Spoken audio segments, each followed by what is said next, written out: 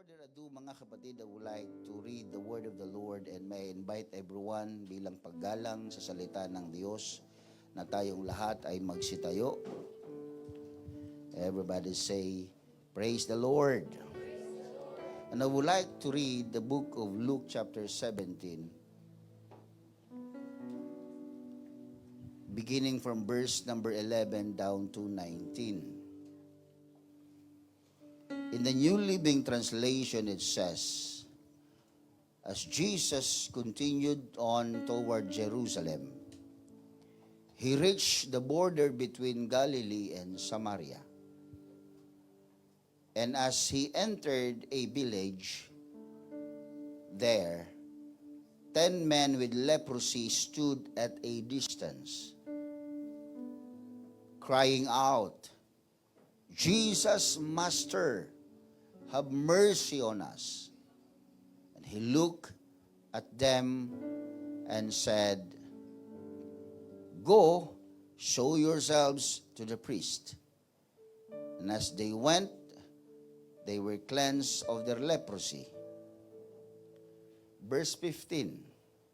One of them, when he saw that he was healed, he came back to Jesus shouting, praise God! When he comes back, mga kapatid, when he went back to Jesus, he is loud. Maingay siya. Praise God, sabi niya. Verse 16, he fell to the ground at Jesus' feet, thanking him for what he had done. This man was a Samaritan. Jesus asked, didn't I heal 10 men? Where are the other 9? Has no one returned to give glory to God except this foreigner? And Jesus said to the man, stand up and go. Your faith has healed you. Wow.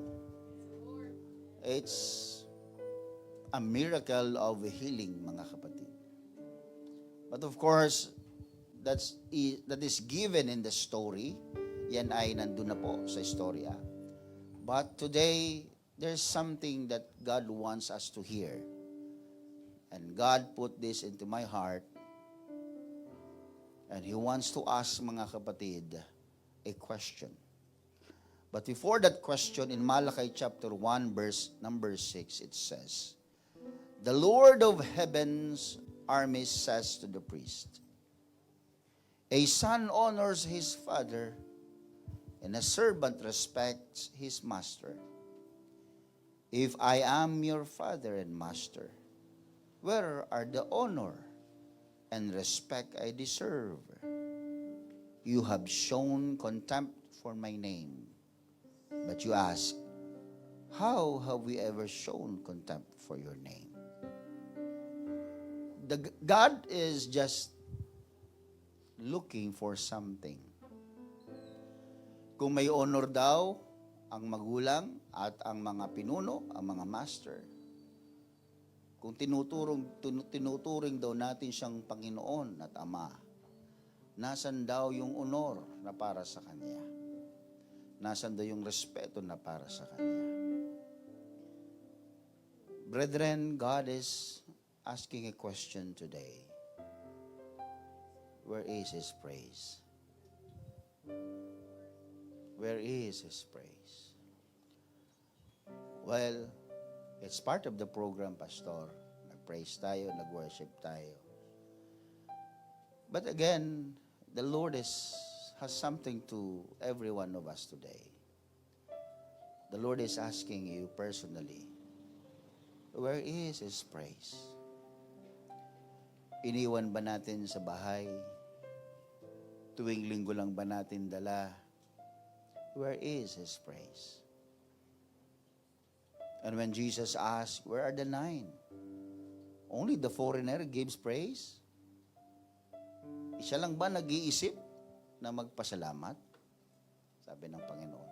Siya lang ba nag-iisip ng bigbigay ng papuri? Nasaan na yung iba? Di ba kasama silang pinagaling? Di ba kasama silang pinagpala? Di ba umiyak sila sa Panginoon? Di ba nanghingi sila ng tulong sa Panginoon? And when God answered their prayers, where is His praise? Let's bow our heads. Lord, we are the living sacrifice. And we are here today. We bring the sacrifice of praise. We are your praise, Lord. And as we lift our hands, and as we shout your name, and as we open our hearts, listen to the praise of your people. This is our praise for you, Lord. And we are here to praise you, Jesus. We forget ourselves, Lord. We forget everything. We just mind of you, Lord, today. We are mind of you, Jesus. You are the only one that we have in our minds today. We are forgetting, hallelujah, all the things surrounds us and all the situations that we have. Lord, kinakalimutan namin ang lahat ng ito. Ikaw ang aming inaalala, Panginoon, sa mga sandaling ito. Hallelujah, our praise is with us, Lord. Hindi namin iniwan sa tahanan, hindi namin iniwan kung saan man, Panginoon. Dala namin ang aming papuri at pagsamba sa iyo, Panginoon. And we are here to demonstrate our praises, our worship, our love, our devotion, Lord. Hallelujah. We know, God, that you are looking for your praise. And here we are, Jesus. Hallelujah. We are ready to praise your name. We are ready, Lord, to worship you, Jesus. Oh, give us time, Lord. Hallelujah. To demonstrate our love and commitment towards you, Jesus. Lord, bless this sermon. Hallelujah. Speak to our hearts, Lord. And let our soul be refreshed. Hallelujah. Let your word, hallelujah, be in our hearts and our minds today. And all that is watching right now, Jesus, bless them. Hallelujah. And let them receive your blessings and anointing, healing and power, O Lord. In the name of Jesus Christ, I pray. Hallelujah. Can we praise the Lord Jesus? Let's praise Jesus today. Let him hear your praise and worship. Come on, hallelujah. Let him hear, hallelujah, the praises and worship. Hallelujah.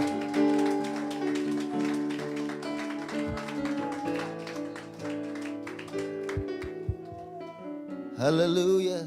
Thank you, Jesus. You may be seated. Where is his praise? Brethren, we are created for His glory. Walang sino man, mga kapatid, sa araw na ito na we will not recognize and acknowledge that we are created for the glory of God. Ang buhay po natin, ang ating pong kalakasan, ay sa kapurihan ng Panginoon.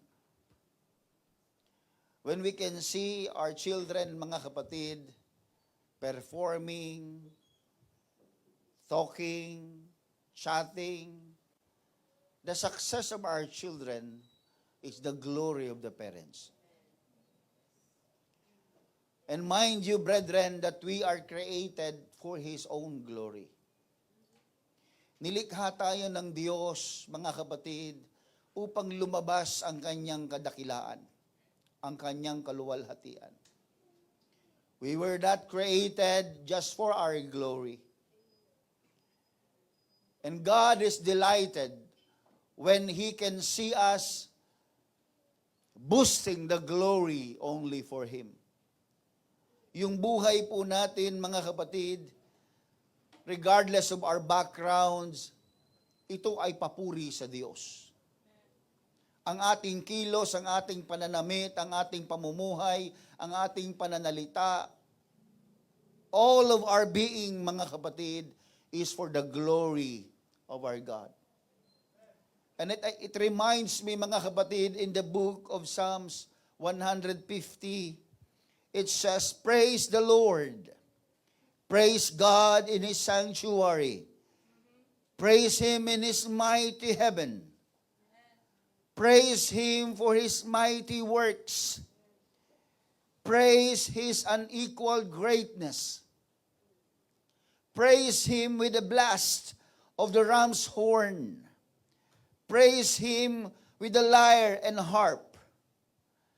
Praise Him with the tambourine and dancing. Praise Him with strings and flutes. Praise Him with the clash of cymbals. Praise Him with loud clanging cymbals. Let everything that breathes sing praises to the Lord. Praise the Lord. This is the will of God. This is the design of God. Ito ang disenyo ng Diyos sa tao, mga kapatid.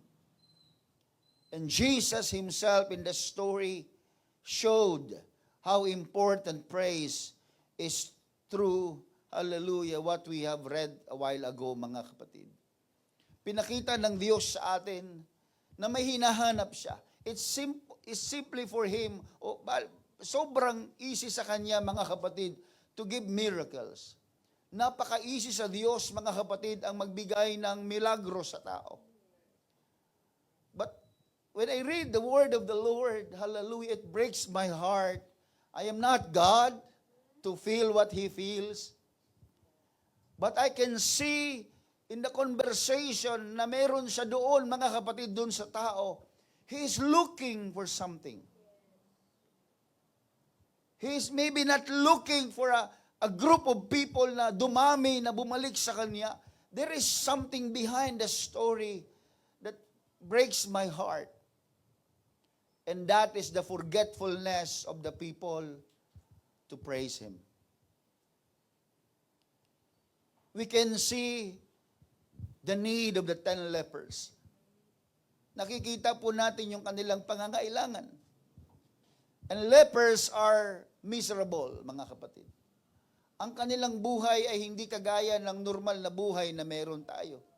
Ngayon, kayo, mga kapatid, tayo, we have this social relationship. We can shake the hands of everyone. We can hug them. We can kiss them. We can draw close to them. Pero pag ikaw ay merong ketong, you cannot do it. And in the time that this story was written, mga kapatid, it is happening in the time of Jesus na yung may mga leprosy, mga kapatid, hindi sila pwedeng lumapit sa tao. Because leprosy is considered as unclean, marumi. And God hates uncleanness. Ayaw ng Diyos sa marumi, mga kapatid. His holiness is pure. Our God is holy. Our God is pure. Our God is clean. And these 10 leprous men, ang kanilang pangangailangan is, they want to draw closer to people. They want to get rid of this miserable. Itong miserableng klase ng buhay, gusto nilang matanggal ito. But they are isolated. This is so frustrating for the 10 of these people, mga kapatid. Both Jews and Gentiles has the same needs. Nung binabasa ko, mga kapatid, at the last part, sabi ni Jesus that this man is a Samaritan, a half-breed of Jewish and Gentiles. Hindi siya pure-breed Jewish. Mistiso siya. Mistisong Hudyo at Hintil. He is not the one that God is referring, the pure-blooded Jewish. yung pure-blooded Jewish, mga kapatid, nandoon, hindi bumalik sa kanya. That's why Jesus is asking, where are the 9? Those 9, the pure-blooded Jewish, but only the foreigner came back. Nakuha niyo ibig ko sabihin, mga kapatid. Pero, the need of either you are a Jew or you are a Gentile, it doesn't matter, mga kapatid. Pare-pareha tayo ng pangangailangan. May pinag-aralan ka o wala, may natapos ka o wala, may kayamanan ka, popular ka o hindi, bata ka o matanda. We have all needs. At pare-parehas ang pangangailangan natin, mga kapatid. Nagkakaiba-iba lang ng itsura, nagkakaiba-iba lang ng tawag natin, mga kapatid. Pero isa lang ang mukha ng problema. Lingunin mo ang katabi mo, hindi yan yung problema. Hindi yan. Yan yung solusyon.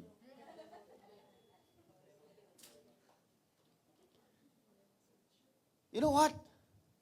These people, these 10 leprosies, mga kapatid, itong mga lepers na ito, they have one common problem. Their one common problem is healing. It's not money. Kahit ikaw ay mayaman, mga kapatid, kung ikaw naman ay ketongin, mga kapatid, anong gagawin ng iyong pera? Anong gagawin ng iyong kayamanan? Kung ikaw man ay matalino at may pinag-aralan, anong magagawa ng pinag-aralan at katalinuhan mo sa karamdaman mo? And this sickness is the great, what we call this, equalizer. Pinapantay niya tayo, mga kapatid, ang karamdaman. Go to the hospital, mga kapatid. Mayaman, mahirap, iisa lang higaan doon. Iisang doktor ang tumitingin sa kanila. Iisang gamot ang nirireseta sa kanila. Look at that reality in life. Tingnan natin, mga kapatid, na tayong mga tao, meron tayong common problem. At yung common problem na yan, mga kapatid, hallelujah, meron lamang common answer. And that is Jesus, our Lord. Kapag sa Kanya tayo, mga kapatid, nagtitiwala, kapag kilala natin ang Diyos, hallelujah, alam natin na may solusyon ng lahat ng problema. And that is the Lord. Because He is the author of solution. He is the solution Himself. It's not money. Hindi pera ang kailangan ng 10 ketongin, mga kapatid. Hindi sila namamalimos, penging pera, bigyan nyo kami pambili ng tinapay, pambili ng aming No, you will not hear that in the Bible. But in the Bible, they shout, they cry for healing. Hindi pera ang kanilang problema. Kaya huwag tayong magpaalipin sa pera. Everybody say amen. Wala nga ako nun, pastor eh. Ano ba yung tsura nun? Well, money is a deceptive master. Konti man yan o marami, it's a deceptive master. Promising security. Pag may pera ka, secure ka, sabi nila. Kaya sa security bank ka na. Hindi na. Sabi nila, pag ikaw doon may pera, you have happiness. Well, for a while, maybe. Maybe you have power, mga kapatid. That's the promise of money. You have security, you have happiness, you have this power and authority. But the word says, but from an eternal view, it never delivers. It is just temporary. From an eternal view, sa walang hanggang pananaw, ang pinapangako ng pera, mga kapatid, is just a temporary. Kaya yun ang hinahanap nila, mga kapatid, is not money. What they're looking for is the power of the eternal God that can cleanse them of their unavoidable problem. Ano yun? Unavoidable yan. Pag ikaw binigyan ng Diyos, pinahintulutan ng Diyos ng karamdaman, can you avoid that? Salamat sa ating pong health and wellness chairperson dito, mga kapatid, Sister Jenny. Binibigyan tayo ng kaalaman. Pinapaalala sa atin, huwag niyong kalimutan ang inyong mga maintenance. Bakit, mga kapatid? Health is wealth, sabi nila. Aanihin mo naman yung ganda mo kung may sakit ka naman. Aanihin mo yung macho mo, gandang mong lalaki. Diba? May sakit ka naman. So maganda, mga kapatid, alam nyo, magpasalamat kayo. Pasalamat tayo. Hindi man tayo kasing gwapo ng mga artista at mga, di man kayo kasing ganda, mga kapatid, ng mga bini. Diba? Bini. Oo. Pero wala kayong karamdaman. Salamat sa Panginoon. Malakas kayo, mga kapatid. Diba? Kung may masyado kang insecure sa iba, masyado kang namumroblema sa itsura mo, humarap ka kasi sa salamin at sabihin mo, ikaw hindi ka maganda, pero healthy ka. Anong panaman ng iba na matangos ang ilong, retokado naman. Diba? Look at you. Kahit flat yan, diba? At least may butas.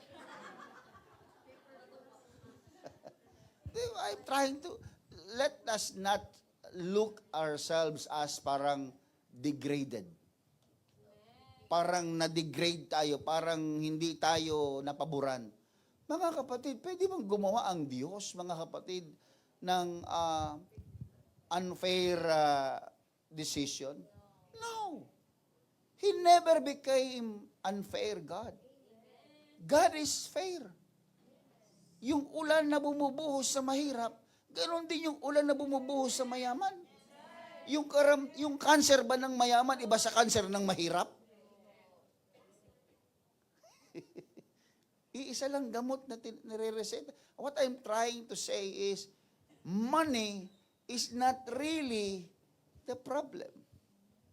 But many of the people, they become slave of the money, mga kapatid.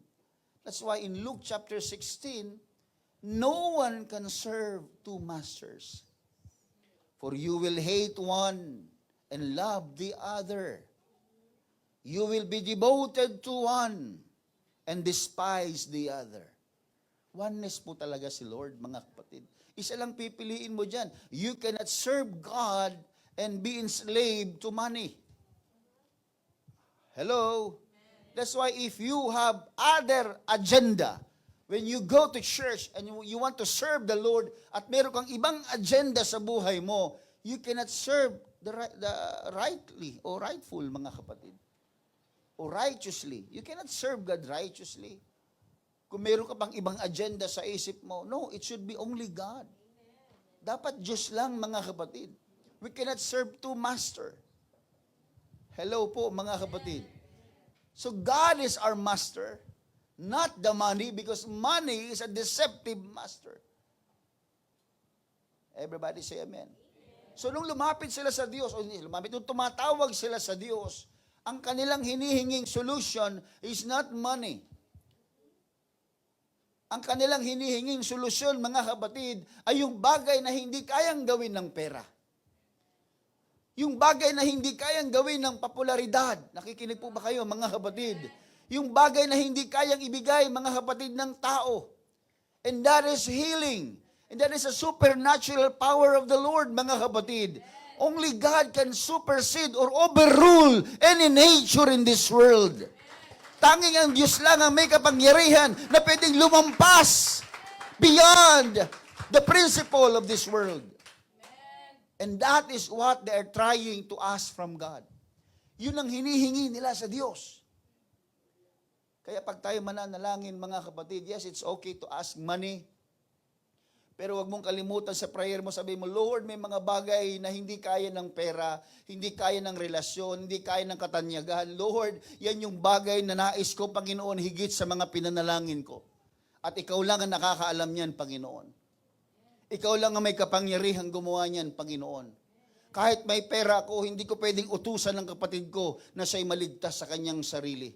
Hindi ko pwedeng bilhin ng kaligtasan. Hindi ko pwedeng bayaran ng Panginoon.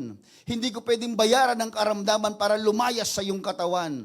What we need is God that can overrules everything. Yan ang hinahanap ng 10 ketungin. And the solution is with Jesus. Yan ang maganda, mga kapatid.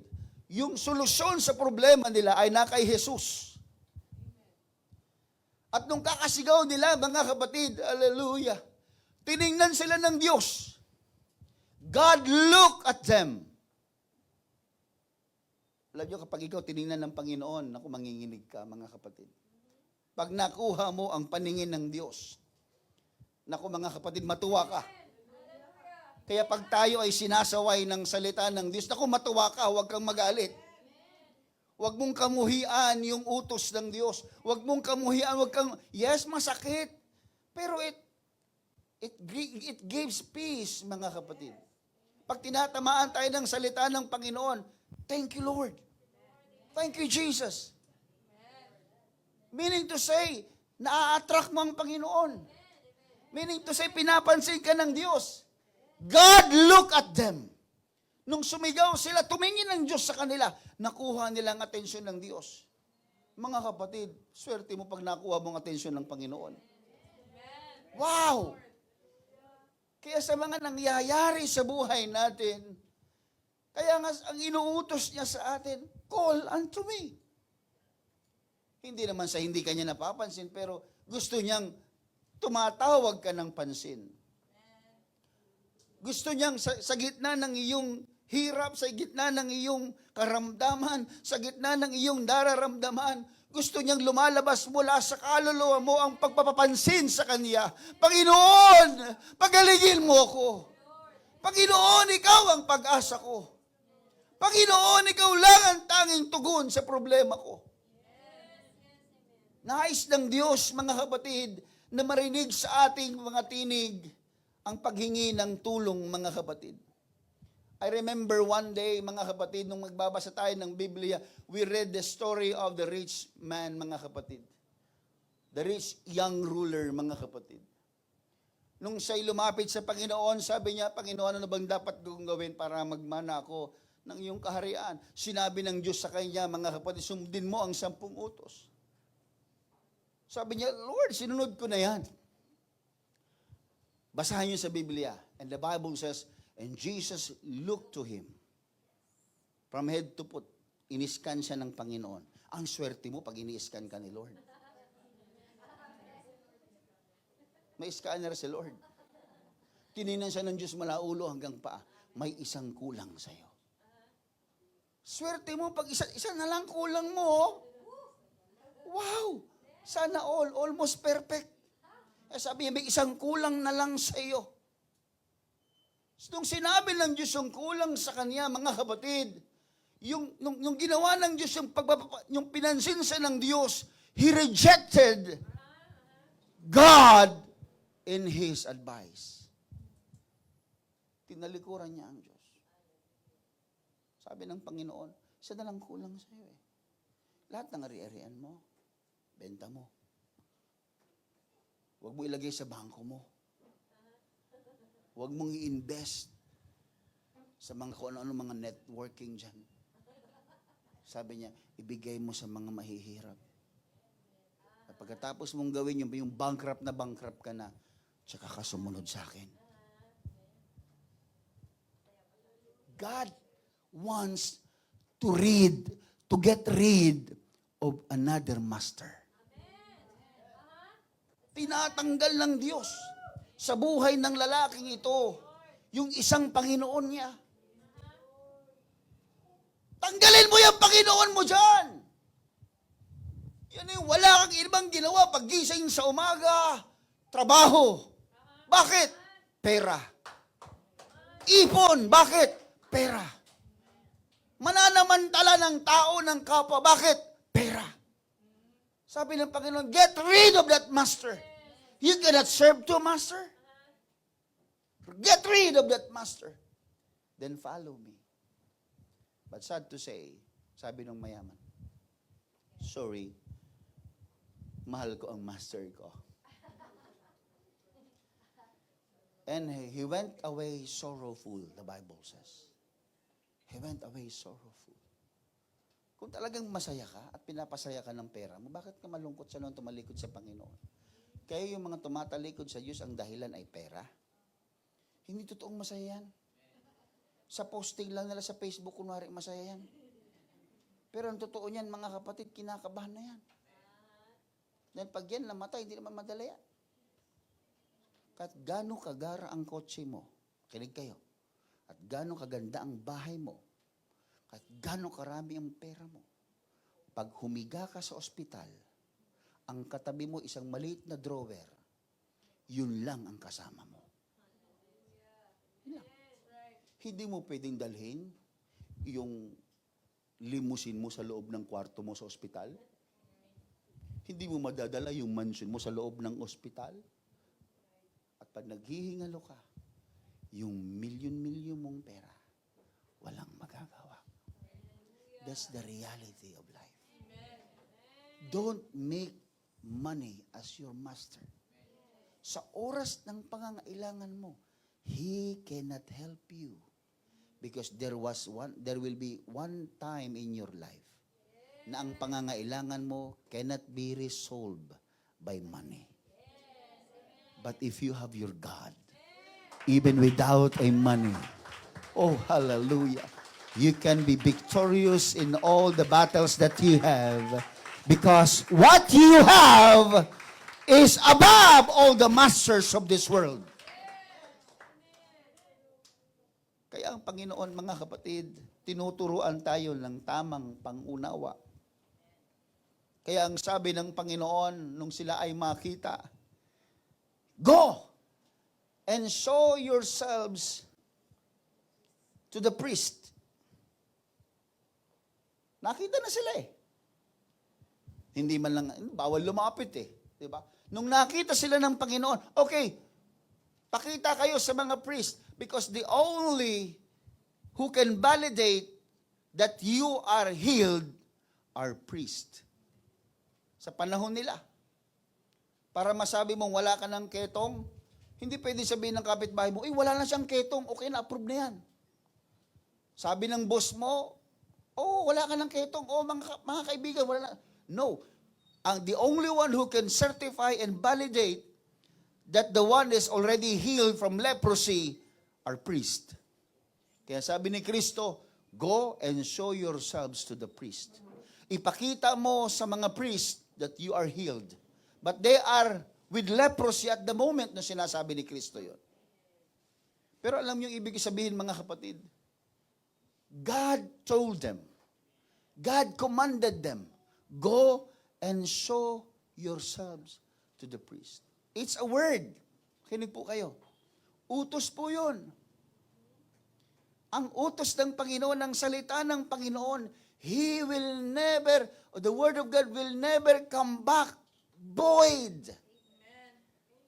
Hindi babalik sa Diyos ang kanyang salita nang walang kabuluhan at walang mangyayari. Amen. In Isaiah chapter 55, mga kapatid, so shall my word be that goeth forth out of my mouth. It shall not return unto me void. Sabi ng Diyos yan, mga hindi babalik sa akin ang aking salita na walang nangyari. But, makinig po kayo mga kapatid, this is the Word of God. This is the declaration of the truth of the Word of God. Sabi niya, ang aking salita ay hindi babalik na walang kabuluhan. Ito sabi niya, but, pag ang salitang ito ay lumabas, it shall accomplish that which I please. Kaya ang bawat salitang naririnig natin, may accomplishment yan sa Panginoon. May tinotroubleshoot si Lord. Ay, wala namang kwenta yung preaching ni Pastor. Maybe for you, but God is troubleshooting somebody. Maaring yung nasa likod mo, nasa tabi mo, o maaring ikaw mismo, tinatanggihan mo lang yung sinasabi ng Diyos, pero meron siyang gustong i-troubleshoot sa buhay mo.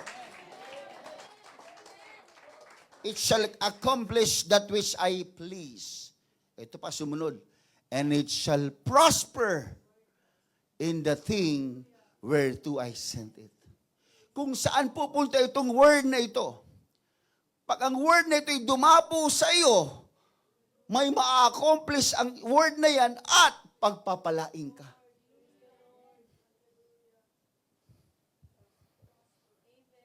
The word of God is meant to prosper us. Ang salita ng Diyos, ang kanyang layunin, pagpalain tayo, pasaganahin tayo, palayain tayo, pagalingin tayo, paalalahanan tayo. Ito yung gusto ng salita. Kaya in every time there is a word of God, listen! Kung pwede nga lang tayo mga kapatid, literally na para bang mag-agawan. That's why when you hear the word of God, say, Amen. Meaning to say, I agree. I catch that. That's for me. Because one day, this will happen. It will prosper you. May ina-accomplish. Kaya pag ikaw pailag-ilag sa salita ng Diyos, pag ikaw paiwas-iwas sa salita ng Panginoon, that's the reason why you are not blessed. Pag masakit, tanggapin mo, okay, ako yan, Panginoon, patawarin mo ako. And then it meant for you to prosper. Pagpalain ka ng Panginoon. Wow! Kaya nung sabi ng Panginoon sa kanila, go and show yourselves to the priest. Utos yun.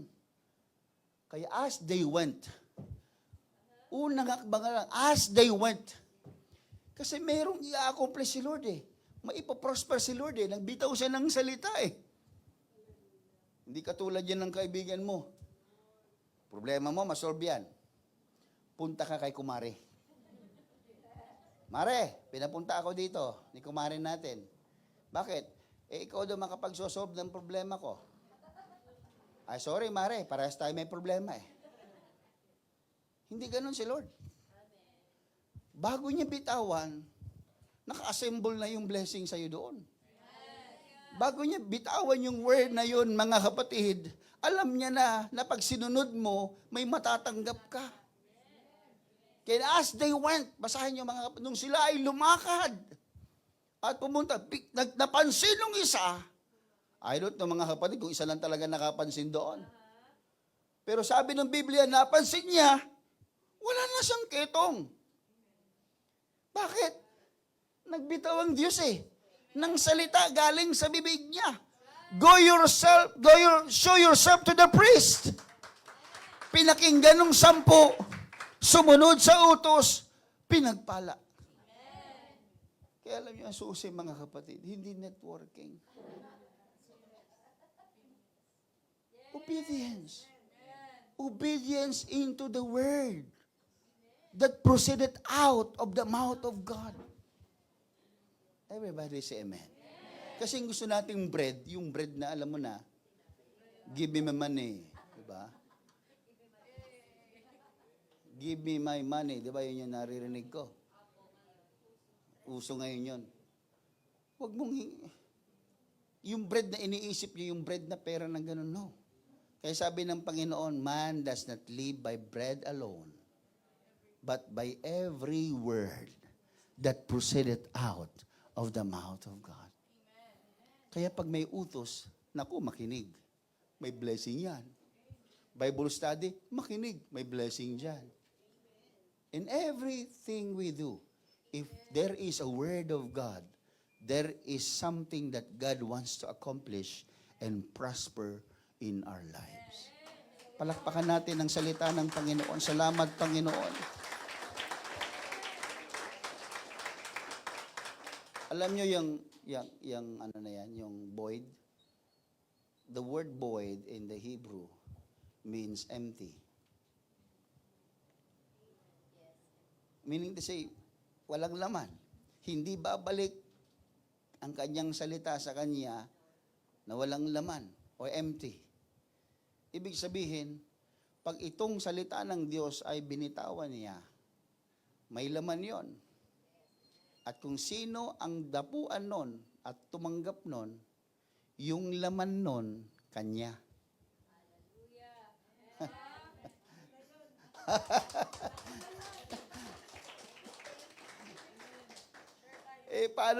Paano ka naman nagkakalaman yan? Ipatulog-tulog ka. Nakuha niyo ibig ko sabihin. This is a powerful word, mga kapatid. Even me, sabi ko, Lord, andito pa yung preciousness ng word mo nandito. Imagine mo, every time na bitawan mo yan, mayroong mangyayari sa amin.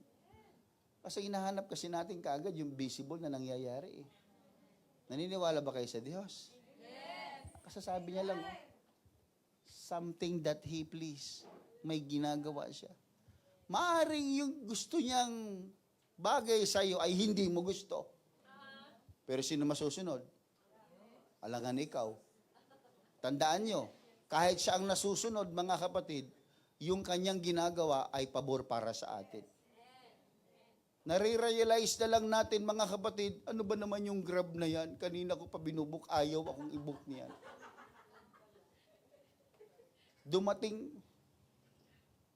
Hindi dumating, mga kapatid, kita mo, hindi gumagalaw doon, ayaw, nainis ka, kinancel mo. And then, somebody, nung ikaw naman ay nag-book ng ulit, mayroong dumating. Wait, what? Why? Your plan was not happening. Because God is protecting you. His word meant to protect us. Tinanggap mo yung kanyang salita. Sinalo mo yung kanyang salita. Ano nangyari? May gagawin siya na nakapag-please sa kanya. And, of course, your accident or anything bad happened to you, do not please God. So, anong gagawin ng Panginoon? Something that He will be pleased. Yun ang gagawin niya.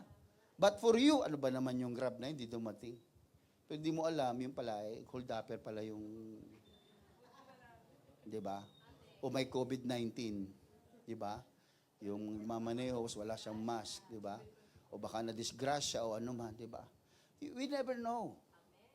All what we know, mga kapatid, is God is designing everything in favor to us.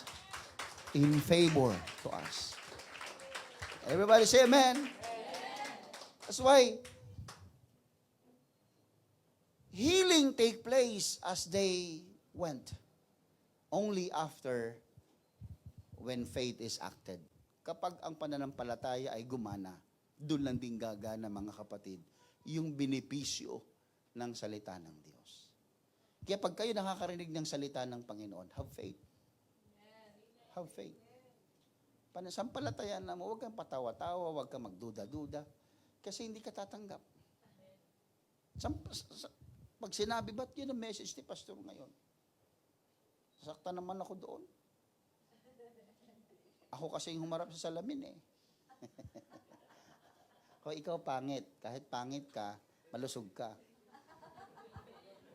Ako yung sinasabi ni Pastor eh. Malay ko sa iyo. Wala namang pangit ginawa ang Panginoon.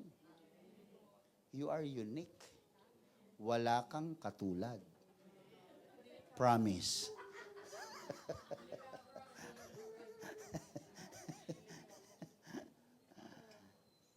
Alam niyo nung gumaling sila, the only man who came back is the one man. The man came back. Nakita niya, mga kapatid, gumaling siya. Alam niyo, nagtulak sa kanya para bumalik yung kagalingan niya. Hello? Ang nagtulak sa kanya para bumalik ay yung blessing niya. Yung tinanggap niya. Yung tinanggal na miserable sa kanya, pinalitan ng Diyos ng pag-asa. Yun ang dahilan kung ba't siya bumalik. It pushes him back to God. But the question is, yung iba ba? Iba ba ang tinanggap ng iba? Parehas lang ba sila ng tinanggap? Yung siyam at yung isa? Pare-parehas sila ng tinanggap, mga kapatid. But what pulls them away from God? Ano yung naglayo sa siyam sa Diyos? Kung yung isa ay blessing, ang nagtulak sa Diyos, sa Kanya, para bumalik. But yung siyam, ano naman yung naglayo sa kanila, sa Panginoon? Blessing. Give me my money.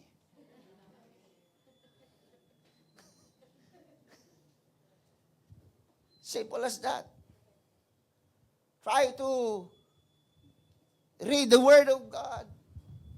Ask His direction. When I read the Word of God, sabi ko, Lord, paresan naman sila ng tinanggap, Panginoon. Paresan naman sila na luminis ang kanilang katawan. Napansin din nila na sila'y gumaling. Pero bakit lumayo yung siyam at yung isa lang ang lumapit sa iyo? Be careful, brethren. Blessing can make your heart hard. Minsan ang puso, pag ito pinagpapala, tumitigas. May ibang puso, mga kapatid, pag pinagpapala, lalong lumalambot. Pero mas marami yung tumitigas. Piruin mo, 1 out of 10. Siyam yung tumigas, isa lang yung lumambot ang puso. Hello? Kaya tinan nyo yung mayamang lalaki, mga kapatid, yung rich young ruler. Imbis na siya, mga kapatid, lumambot ang puso, kausap niya na mismo si Kristo. Kausap niya na mismo ang Diyos. Imbis na lumambot ang puso niya, tumigas ang puso niya. Bakit? Self-righteousness. Bakit ginagawa? Nasisimba naman ako Bakit? Kilala ko naman ang Diyos Anong pakialam mo kung marami akong pera? Anong pakialam mo kung may negosyo akong illegal? Pakialam mo kung nagtatights naman ako. Nag-o-offering naman ako. Ano ngayon? Kung may beer house ako, negosyo ko yun Pakialam mo, magtayo ka rin. Ano kanya ibig sabihin? Imbis na yung blessing, magpalambot ng puso, tumigas yung kanya. Sabi niya. Kaya sabi ng Panginoon, isa lang kulang sa'yo. Isa lang. Tanggalin mo yung Panginoon mo na yan. Yun lang. Akong gawin mong Panginoon, sumunod ka sa akin. Pero hindi niya kayang talikuran. Alam niyo mga kapatid, napunta sa impyerno yung mayaman. Sa tingin niyo? Hindi naman lahat ng mayaman, mga kapatid, sinasabi ko. Pero in particular sa Biblia, napunta yun. Alam niyo, hindi siya napunta sa kahirapan o sa impyerno dahil sa kanyang yaman. Lilinawin ko po, hindi galit ang Diyos sa kayamanan. Hindi galit ang Diyos sa kayamanan. Nagalit ang Panginoon. Nagkaroon ng maling desisyon yung lalaking yon. It's not because he is wealthy. It is because he was selfish. And he refused to feed the poor. Or take him maybe, or take care of Lazarus maybe. Kasi yung puso nung rich young ruler ay tumigas dahil sa marami niyang, kahit sa kabila ng marami niyang pagpapala. Alam niyo mga kapatid, yan po sana ang huwag mangyari sa atin. Na kahit na tayo ay pinagpapala, sana lalong lumalambot ang puso natin. Nung ikaw ay kumikita pala ng konti, nang lilimos ka pa, di ba? Nung dumami na yung pera mo, gagalit ka na sa nanlilimos. Maabuso kayo Kaya hindi na uubos ang pulubi.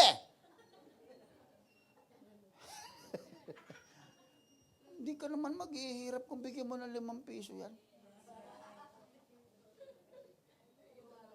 Samantala, nung ikaw ay mahirap pa, I feel you, I feel you. I feel you. I feel you ka dyan.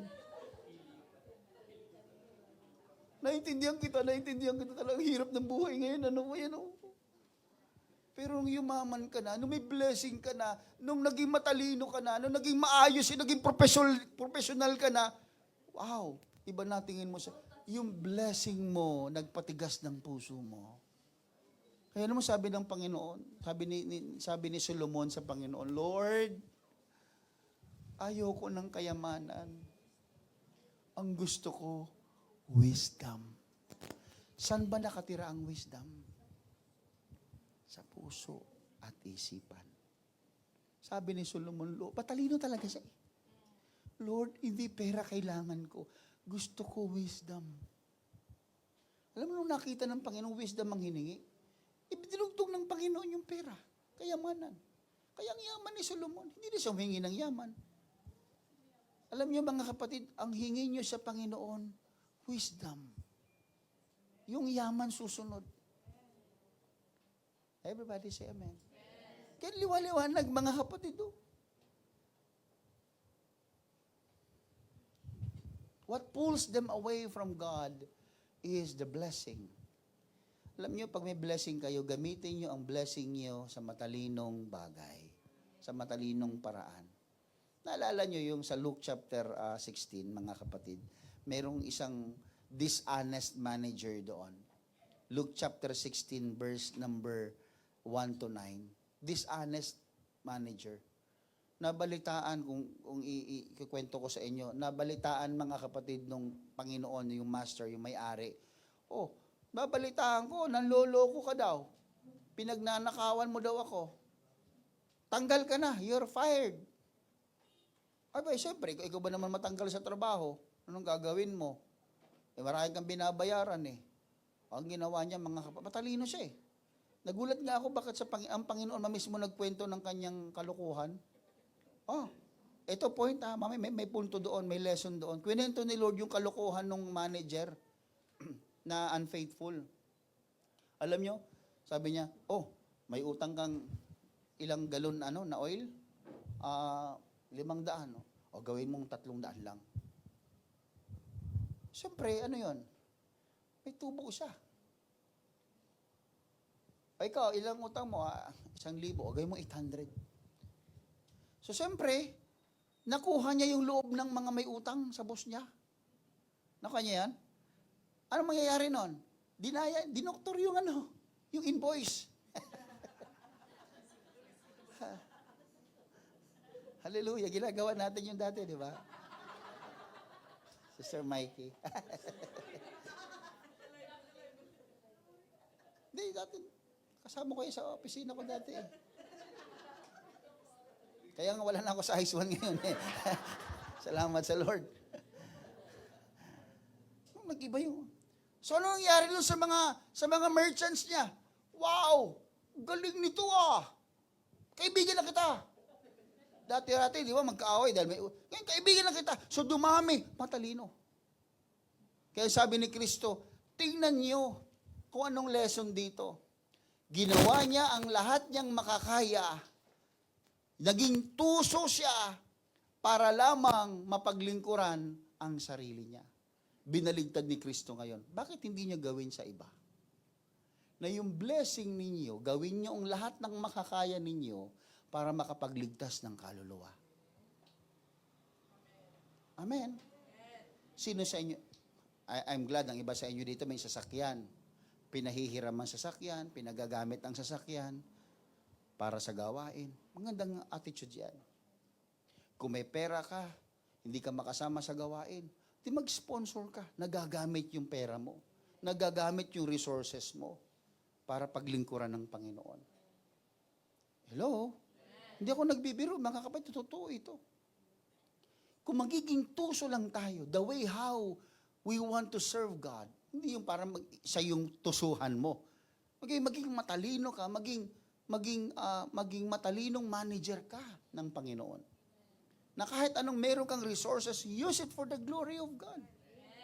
Paggamit mo yung bahay mo for a Bible study. Hindi, kung sino-sino pinapapasok mga kaibigan, wala namang kaibang ginawa dyan, kundi magchismisan. Eh di papasukin mo na lang yung Bible study doon, naging banal pa yung bahay mo. Umaalingaw-ngaw pa doon yung tunog ng awitan na para sa Panginoon. Hindi kung ano-anong mga pinapatugtog mo dyan. Pero pag sa gawain ng Panginoon mo pinagamit yan, ano ba, hindi napakatalino mong manager ng Diyos. Nakukuha niyo ibig ko sabihin, mga kapatid, this is not to tell you na kung ano dapat yung gawin. This is to tell you na maging matalino ka sa paglilingkod sa Diyos. Gamitin mo ang resources na meron ka na binigay ang Diyos para sa advancement ng kaharian ng Panginoon. Everybody say amen. That's why Christians are often stand on the edge of eternity. Nandun na tayo eh. Sino ba ang mensahero ng eternidad? Di ba tayo? Pag niisip ng mga tao, may sakit ako, tawagin mo si sister, yung kapitbahay nating born again, ipag-pray tayo.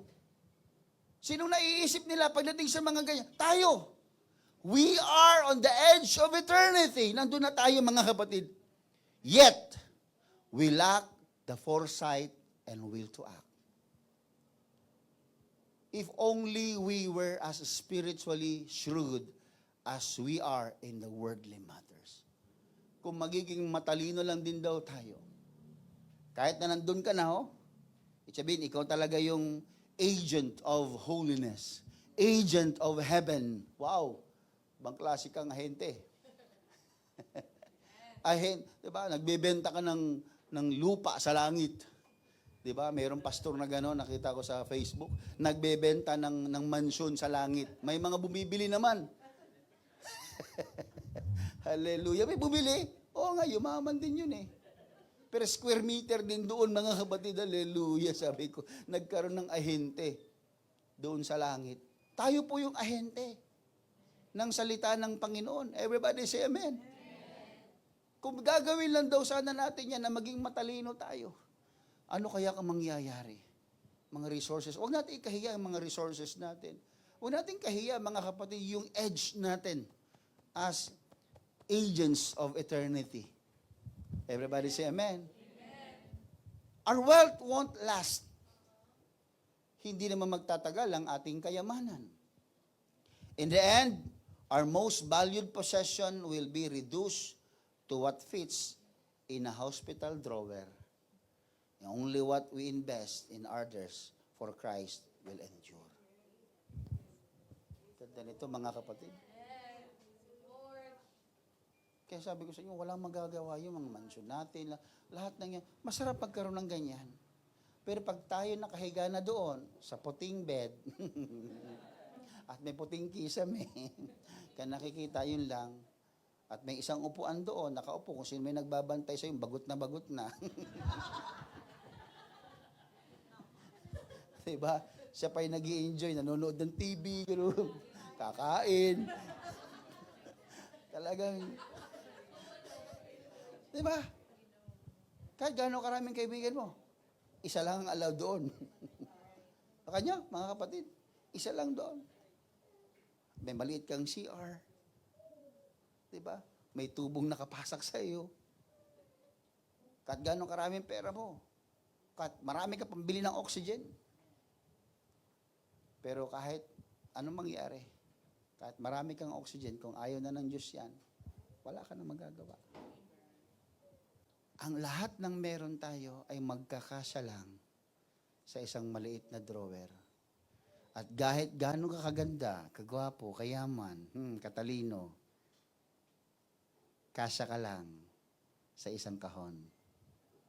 Hindi mo madadala ang lahat ng meron ka sa loob ng isang kahon. Hanggang doon ka na lang. Kahon na may salamin, kalahati. Yung iba gusto nila buo. Sa sobrang hirap, yung iba talagang wala ng salamin. Hindi na binubuksan, pinako na doon. Babuksan nyo naman. Ayaw niya pabuksan. Mahirap lang yan eh. Naku, yung ibig sabihin, what we invest in Christ or for others, that will endure. Everybody say amen. Kaya mag-invest kayo sa tao, lalo sa kaligtasan ng tao. Mag-invest kayo doon. I remember, mga kapatid, may ibang kabataan dito na inisponsora lang naman kayo nung kayo ay nag-youth camp. Oh. Yung iba naman, inisponsoran ako, thank you. Paglipas na ilang buwan, wala na sa simbahan. Kaya minsan nakakasama ng loob eh. Pero sa isang banda, hindi naman sumasama ang loob mo dahil naggumasos ka. You are thinking of their eternal destiny. Kaya nag-i-invest ka. Kaya masarap pag-invest, mga kapatid, para sa kaluluwa. Sige, pa-attendin nyo ng conference. Sige, suportahan ninyo. Kasi kinakount ng Diyos yun. Binibilang ng Panginoon yung ating mga ini-invest doon. And that will only last and endure. Ano yun yung mga bagay na ating in-invest para sa kapurihan ng Panginoon. Everybody say amen. Kaya bumalik yung lalaki. Bumalik yung lalaki. Sabi, I don't need blessings na malakas nga ako, maputi nga ako, tanggal nga yung ketong ko, pero I need to go back to where this blessing came. Tingnan niyo mga kapatid, ang totoong matalino yung isa. Alam niyo kung bakit? Bumalik siya sa source ng blessing. Bakit? Kasi marami pang makukuha siya. Nakuha niyo? Anong nakuha nung 10? Pare-parehas. Tanggal ang ketong. Pero anong nakuha nung isang bumalik? Bukod sa tanggal ang ketong. Hindi lang outward cure ang natanggap niya, kundi ang kanyang internal cure ay nangyari sa kanya. Parehas spiritually and physically, tinanggap niya yung blessing. Yung Siyam, anong tinanggap? Physical blessing lang. Kukunat din ang balat nun. Magkakasugat at magkakasakit din sila. Pero ito, isa na niguro siya.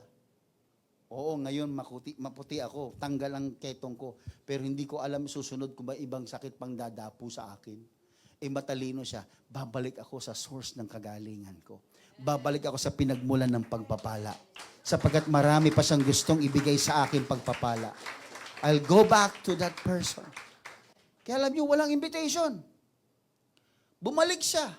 Hindi naman sinabi ni Kristo, go and show yourself to the priest. Balik kayo, ha? Ano, Jollibee? Di ba? Thank you, come again. Hindi ganun, mga kapatid. Hindi ka, balik ka, ha? No, there's no invitation, but he decided himself. Nagdesisyon siya, sabi niya, babalik ako. Alam niyo, mga kapatid, ito nga, there was no boundary. The boundary was removed. Hallelujah. Thank you, Jesus. Nung bumalik siya, hello, nakikinig po ba kayo? Nung bumalik siya, kung saan siyang spot, humihingi ng tawag o ng tulong sa Panginoon, that's no more the spot anymore. Hindi na yun yung spot niya. Kung nandun si Kristo, nandito siya. Nung bumalik siya, hindi siya bumalik dito. Doon siya lumapit kay Kristo because there was no boundary at all. Tinanggal na ng Diyos yung boundary na hindi siya makalapit, hindi siya makakamay. Ano nangyari? Lumuhod siya doon sa harap, nagpatira pa sa paanan ng Panginoon. Sinubsob niya yung ulo niya doon sa paan ng Diyos. God removed the boundary. Nung tayo pinagpala nakinig po kayo, nung pinagpala tayo ng Panginoon, akala nyo ba, may nangyayari behind the scene. Ano yon? Tinatanggal ng Diyos ang boundary. Mga kapatid, ang ibang tao, may mga mananampalataya na doubtful sa Panginoon. Ibibless kaya ako ni Lord. Kahit kaya ako hindi nagpipray ng maayos, bihira akong mag-pray, bihira akong magsimba, bihira akong, alam nyo na, yung magpunta sa gawain, ibibless kaya ako ni Lord. Doubtful. Sumunod na araw, pinagpala ng Diyos. Kahit hindi ka nagsisimba, pinagpapala ka. Hindi ka nagpipray, may dumarating na blessing sa iyo. Hindi ka nagpipray ng pag-iingat, iniingatan ka ng Panginoon. Anong ginagawa ni Lord behind the scene?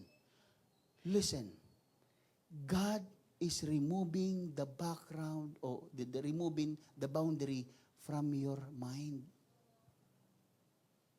Tinatanggal ni Lord yung pagdududa sa isip mo. Para ano? For the next time you come closer na. Kasi nandiyan ang Diyos, andito ako. Lord, pagpapalain mo ba ako? Pagagalingin mo ba ako? Pinagaling, pinagpala. Bumalik, nakalapit ka na. Salamat Lord ha, pinagpala mo ako. Malapit ka na. So blessing actually is making you closer to God. God is removing the boundary and you can now draw closer to Him. Kaya pag pinagpala ka ng Panginoon, ang unang-una mong gawin, lumapit sa Kanyang paanan, magpatirapa ka, magpakumbaba ka, sabihin mo, Panginoon, salamat tinanggal mo yung boundary sa isipan ko.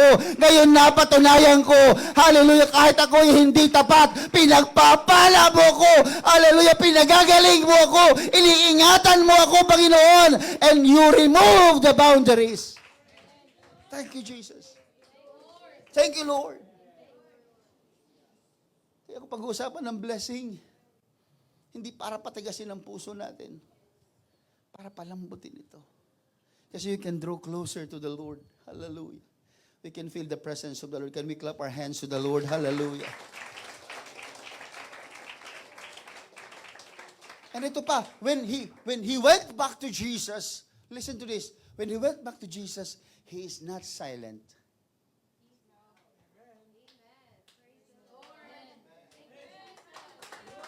Kung kayo nahihiya kayo na i-testify yung kabutihan ng Diyos sa buhay ninyo, hindi yan ang tama. Binless ka eh.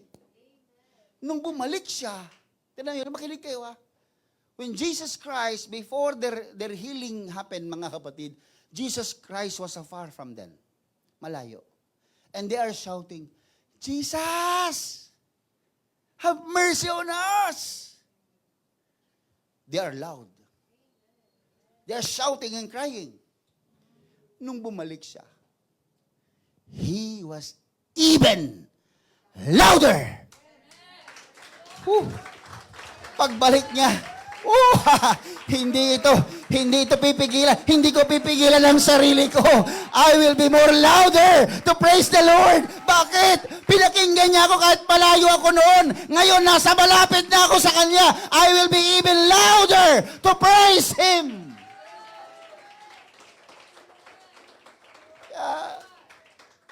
Pentecostals have this kind of realization. That's why you are loud. Kaya ang ingay natin eh. Because we have this realization. Pinagpala ako ni Lord eh. Ba't ako tatahimik? I won't be quiet. My God is alive. How could I keep it inside? Bakit ko tatago sa sarili ko ito? Hindi nila alam, pinagpala ako ni Lord. Hindi nila alam, hindi ko sasabihin. Mali. Pag pinagpala ka, stand behind the pulpit. Magmamanifest yan sa talon mo sa pagsamba. Nagmamanifest yan kung paano ka magsimba, paano ka mag-serve sa Panginoon. Kung talagang ikaw pinagpala ng Diyos. Magmamanifest yan. Sarap mga kapatid maglingkod sa Panginoon. Hindi na uubusan si Lord ng blessing sa atin.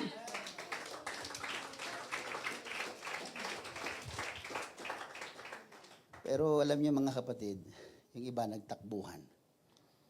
And they are deeply involved at first in shouting. Kasama silang sumisigaw, humihingi ng tulong. Alam niyo, minsan pag tayo humihingi ng tulong, seryoso tayo eh. Diba? Ang iyak natin talaga namang marubdub, malalim. Pero sa panahon na ng success, nako, nagliparan na. Kung kailan pinagpala, nagliparan na. Nung walang trabaho, grabe kumakaiyak. Nung nagkatrabaho, hindi na umiiyak. Totoo yan mga kapatid. Ang maririnig mo sa kanya, Pastor, hindi nag-i-increase yung sahod ko eh. Kasi hindi ka bumalik eh. Hindi ka bumalik eh. Bumalik ka sa source. Kung gaano kalakas yung palahaw mo dyan, nung wala kang trabaho, wala kang blessing, wala kang kagalingan, dapat mas malakas yung palahaw mo pag pinagpalak at pinagaling ka.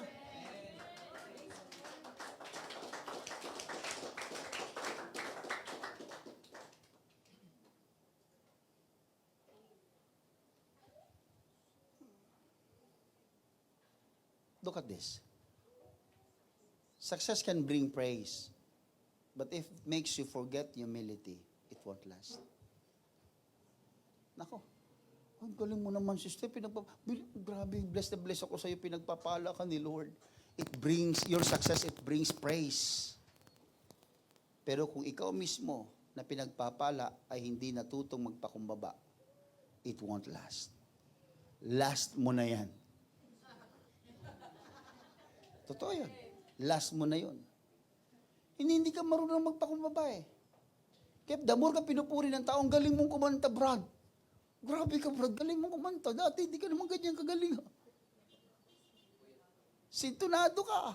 Dati Pero ngayon, galing mo kumanta, sister. Ang galing mo mag-MC, ang galing mo. Wow, believe ako sa galing mo magturo. Puyat pa nga po yan, pastor. Inuubo pa po ako niyan. Medyo may sumasabit na, pastor. Pag nagbibigay na sa iyo ng kapurihan ng tao at hindi ka marutong magpakumbaba, last mo na yon. Hindi ako nagbibiro, mga kapatid. Ayaw ng Diyos na nagmamataas tayo.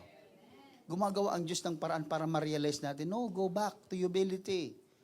Don't forget humility. Everybody say amen. Don't forget the humility. Kaya nga, mga kapatid, mismo sa Luke chapter 16, sinabi dyan, then he said to them, you like to appear righteous in public, but God knows your hearts. What this would honor is detestable or rejectable in the sight of God. Sabi dyan, no? Gusto mo mag-appear ka righteous in public, sikat ka, God knows your heart. Kaya wag tayo, mga kapatid, pag tayo ay mayabang sa ating mga success, naku, alam ng Diyos ang puso mo, alam ng Diyos kung saan ka galing. Napaka-unfair nitong siyam na ito.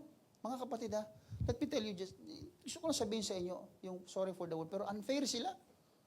Napaka-unfair lang siyam na ito. Pero ina-announce nila yung pangangailangan nila, pero hindi nila ina-announce yung kabutihan ng Diyos.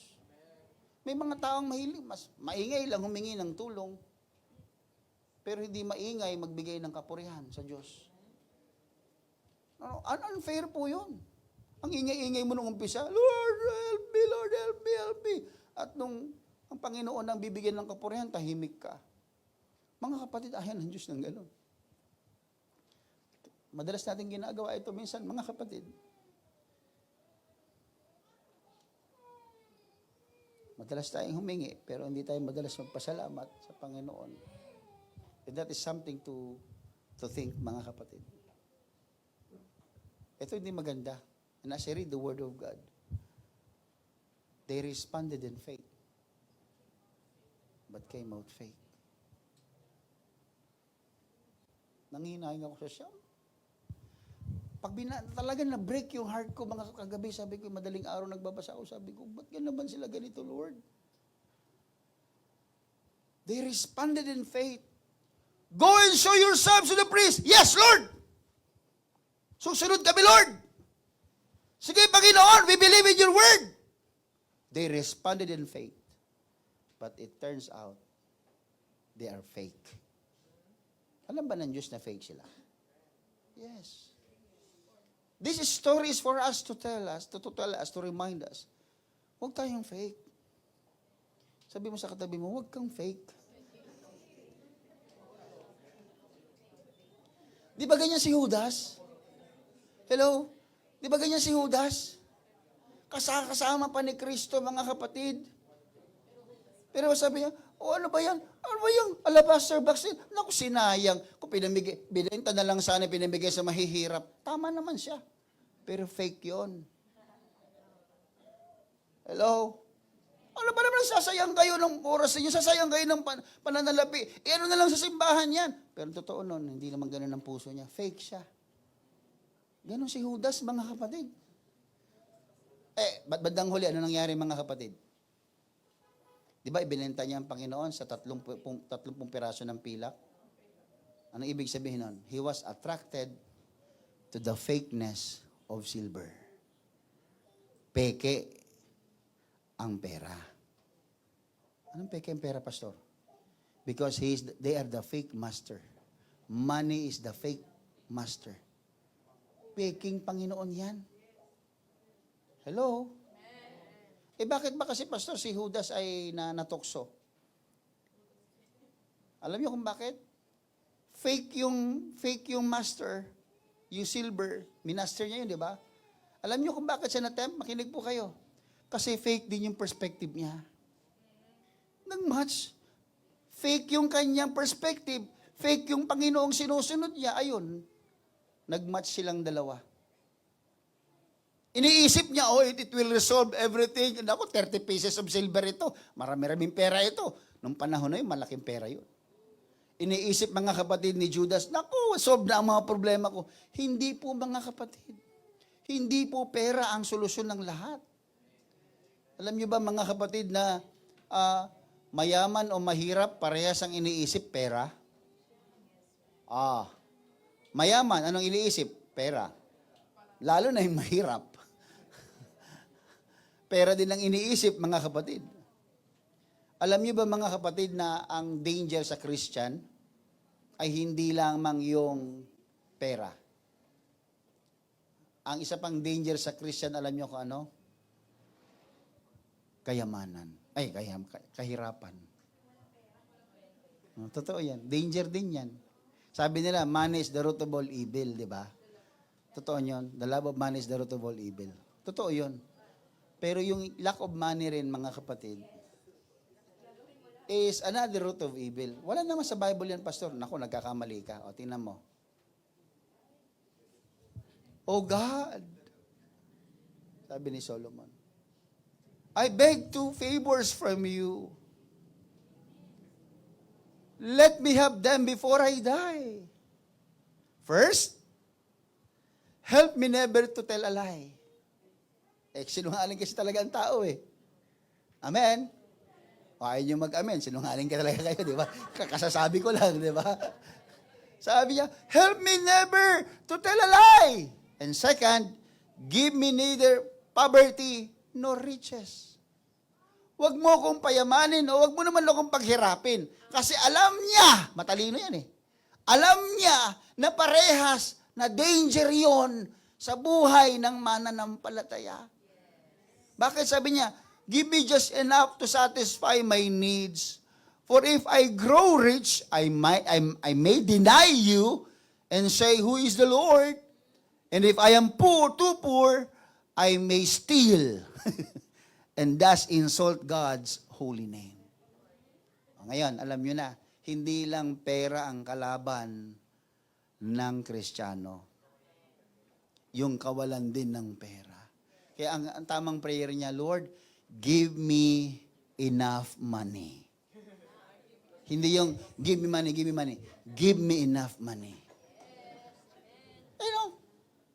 Maliwanag yan.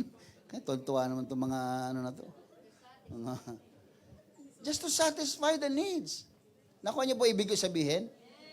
Kaya pag kayo ay may kinakain, di ba sabi ni Kristo, pag may kinakain ka, may dinadamit ka, makontento ka na. Kahit hindi branded yung suot mo, damit pa rin yan. Nakukover pa rin yung damit mo, yung katawan mo. Kahit ano yung kinakain mo, okay lang yan. Kasi pagdating dito, hindi naman namimili, bito ka mong gigilingin niya kung mamahalin yung steak mo. O fishbowl lang yan. Kahit ano yan, mga kapatid. Pag giniling ng tiyan mo yan, isa ang labas niyan. Huwag na natin pag-usapan. Nakuha niyo ibig sabihin? Yun yung realidad ng buhay. Kaya God is telling us, mga kapatid, that life can be fulfilling with or without wealth. Because true satisfaction comes only from the Creator, Jesus Christ. Woo! Hallelujah! Natutuwa ako sa sinabi ni Sister Net kanina. Sabi niya, matagal na panahon akong walang labi-dabid. Ano yun? Habi-dabi. Ano yun? Ano yung sabi niya? Habi-dabi. Binigay ko na ang sarili ko sa Panginoon. That's one of the thing na kahahangaan mo rin sa kapatid mo, mga kapatid. Talagang sinet niya na yung isip niya na ang satisfaction niya is only Jesus. Only God.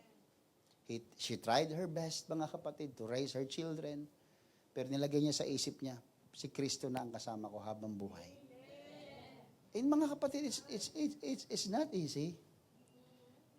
Marami ako nakikitang mga single parent, mga kapatid, pero hindi makatiis. maybe because of the perspective.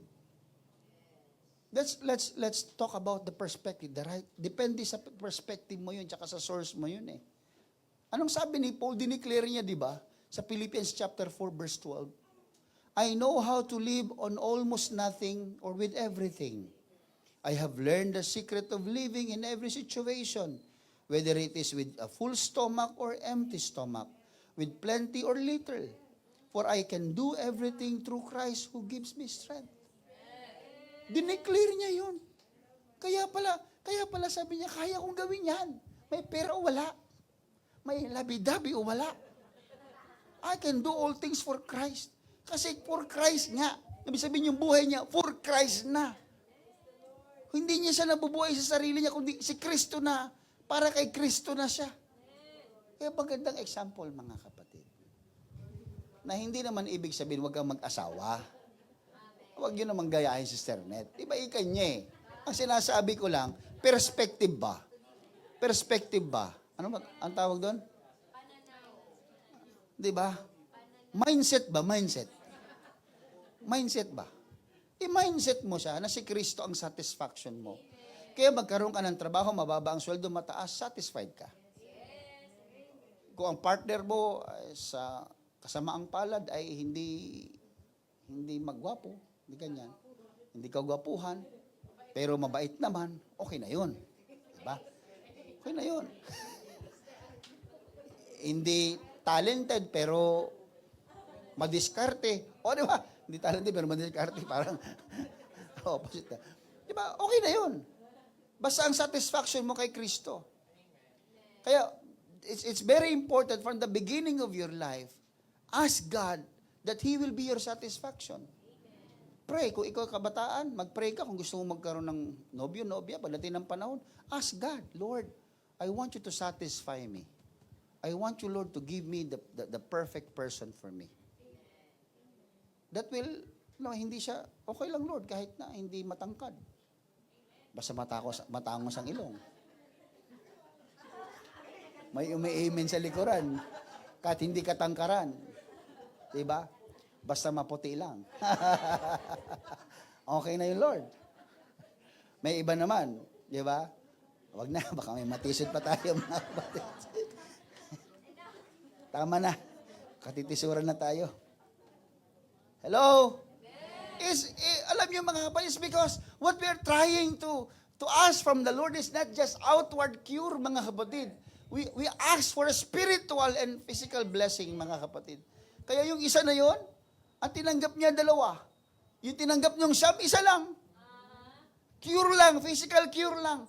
Pero pag ikaw babalik ka sa Panginoon, dadagdagan ni Lord, mga kapatid, yung tinanggap mong isa, dadagdagan ng Diyos ng isa pa, at marami pa, sapagkat ang source ng pagpapala ay binalikan mo at pinasalamatan mo. Ang Diyos din, mga kapatid, ay hindi magsasawa na ibuo sa iyo ang pagpapala na hindi mo hinihingi, pero ibibigay sa iyo. Yun ang maganda sa Panginoon, mga kapatid. Hindi mo hinihingi, pero binibigay. Everybody say amen. Sad to say, mga kapatid, hallelujah, itong psalm na ito, they gave their pain to the Lord. But where is praise? Is it only this Samaritan thinking of praising me? Sabi ni Kristo. God has a declaration to you. Hello. May declaration si Lord ngayong araw na ito.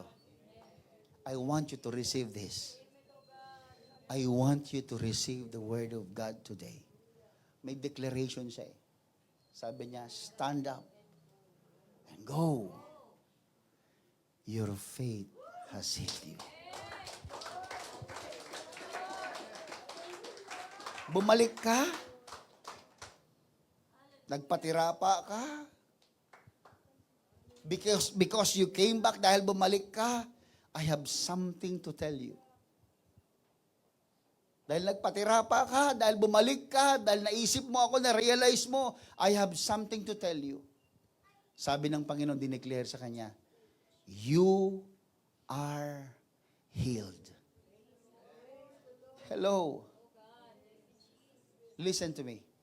Sabi ng Panginoon sa kanya, stand up and go. Your faith has healed you. May dineclare si Lord sa mga taong bumabalik sa Kanya, dala yung pagpupuri at pagsamba. Mayroong pabaon si Lord sa inyo. Sabi ng Panginoon, you are already healed. You are healed. Listen to me. Not just physically. Dahil bumalik ka, dala-dala mo ang pagpupuri at pagsamba, ang tinanggap mo ay hindi lang physical blessing. You are healed emotionally. You are healed spiritually. You are healed financially. You are healed intellectually, socially, materially. Oh, hallelujah, and etc. Dahil bumalik ka, you are healed, not just physically, but there are a lot of blessings that will come along with you because you came back. That's the declaration of Jesus. Tanggapin mo. I want you to receive it right now. You came with praise. You went back to give the Lord thank you, a gratitude attitude. Hallelujah. God is declaring something to you today. Stand up and go. Meaning to say, tumayo ka. Meaning to say, you can go. But as you go, don't forget, your faith heals you. Yung faith mo magpapagaling ng lahat uri ng karamdaman mo. Karamdaman sa pera, gagaling ka. Karamdaman emotionally, gagaling ka. Karamdaman sa relasyon mo ng pamilya mo, gagaling ka. Karamdaman mo intellectually, gagaling ka. The healing of the Lord follows you because I declare it. This is the very good thing about God. Brethren, God is waiting for your comeback. Naghihintay ang Diyos sa iyong pagbabalik. There was a time na you cried for help and He rescued you. And you know this, alam mo ito. But He's looking for more than just asking for help. He's looking for faith and not fake. Where is His praise? Isang araw, humingi ka ng tulong sa Panginoon, di ba? Sinagot ng Panginoon ang iyong paghingi ng tulong. But God is now asking, hindi lamang puro hingi, hindi lamang puro hingi ng tulong, naghihintay din ng Diyos ng papuri. Mga kapatid, nandito ka ba ngayong araw na ito para purihin ng Diyos? Nandito ka ba ngayong araw na ito para magpatira pa sa kanyang paanan? Nandito ka ba ngayong araw na ito ngayon para mas maging maingay ang iyong pagpupuri kaysa sa iyong panahon na ikaw ay humihingi ng tulong? Will you be more louder compared to the time that you ask help from the Lord? Remember, brethren, there's no boundary anymore. And you don't need an invitation from Him. You are expected today. It doesn't matter whether you feel the presence of God or not. It doesn't matter whether you understand fully the message or not. What matters to God is, you came back. you are here. And you are willing to offer the sacrifice of praise. Brethren, where is His praise? Where is His praise? Dala mo ba ang papuri para sa Diyos? Dala mo ba ito ngayong araw na ito? Are you willing, hallelujah, to come to His throne today? Are you willing, hallelujah, and even more louder, compare, hallelujah, the way how you worship and praise Him, hallelujah. Hallelujah. Are you here for His name? Are you here for His glory? Are you here, hallelujah, for the blessings of the Lord?